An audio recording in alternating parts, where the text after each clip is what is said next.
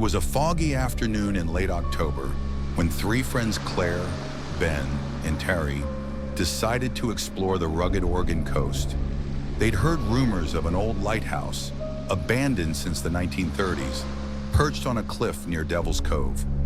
Locals called it cursed, claiming a ghostly keeper still roamed its halls, but the trio dismissed it as small-town folklore.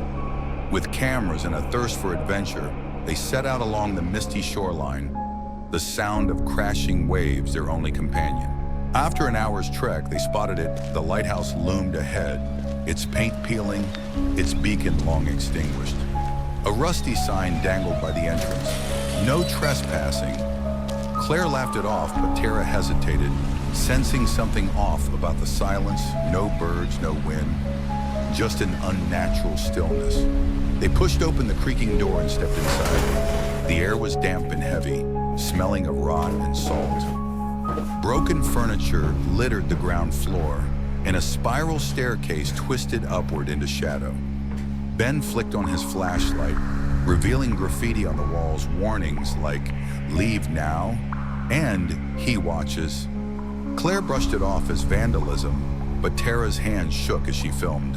As they climbed the stairs, a faint tapping began, like fingernails on glass. It grew louder with each step, stopping abruptly when they reached the lantern room. There, atop a pedestal, sat an old oil lantern, its glass cracked but glowing faintly with a sickly green light, despite no flame inside. Ben reached for the lantern, joking about taking it as a souvenir.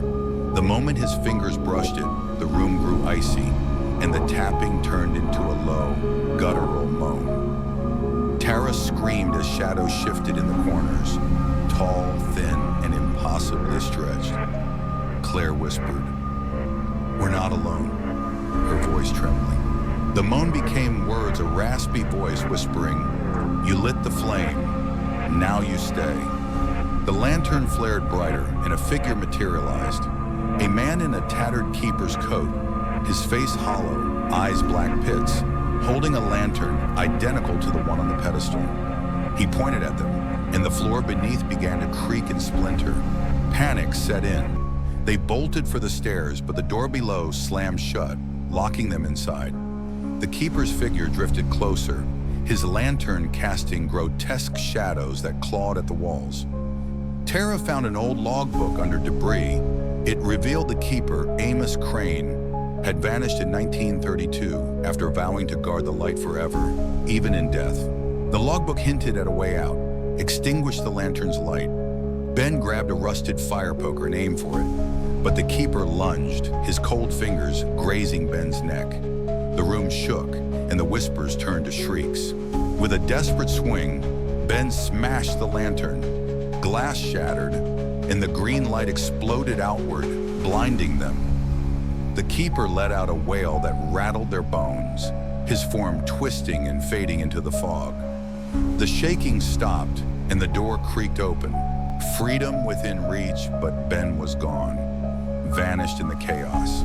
Claire and Tara stumbled out into the night, sobbing and shaken. They swore they'd never return, believing the nightmare was over. The lighthouse stood silent behind them, its secrets buried once more, or so they thought. Days later, back in Portland, Claire couldn't sleep. She kept hearing tapping like fingernails on glass. One night, she woke to a faint green glow under her bed.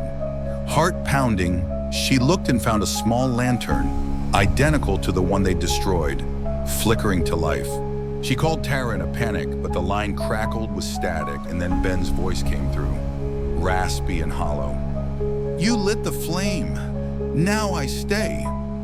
Claire dropped the phone, staring at the lantern as its light grew brighter, and a shadow rose behind her, tall, thin, and wearing a keeper's coat.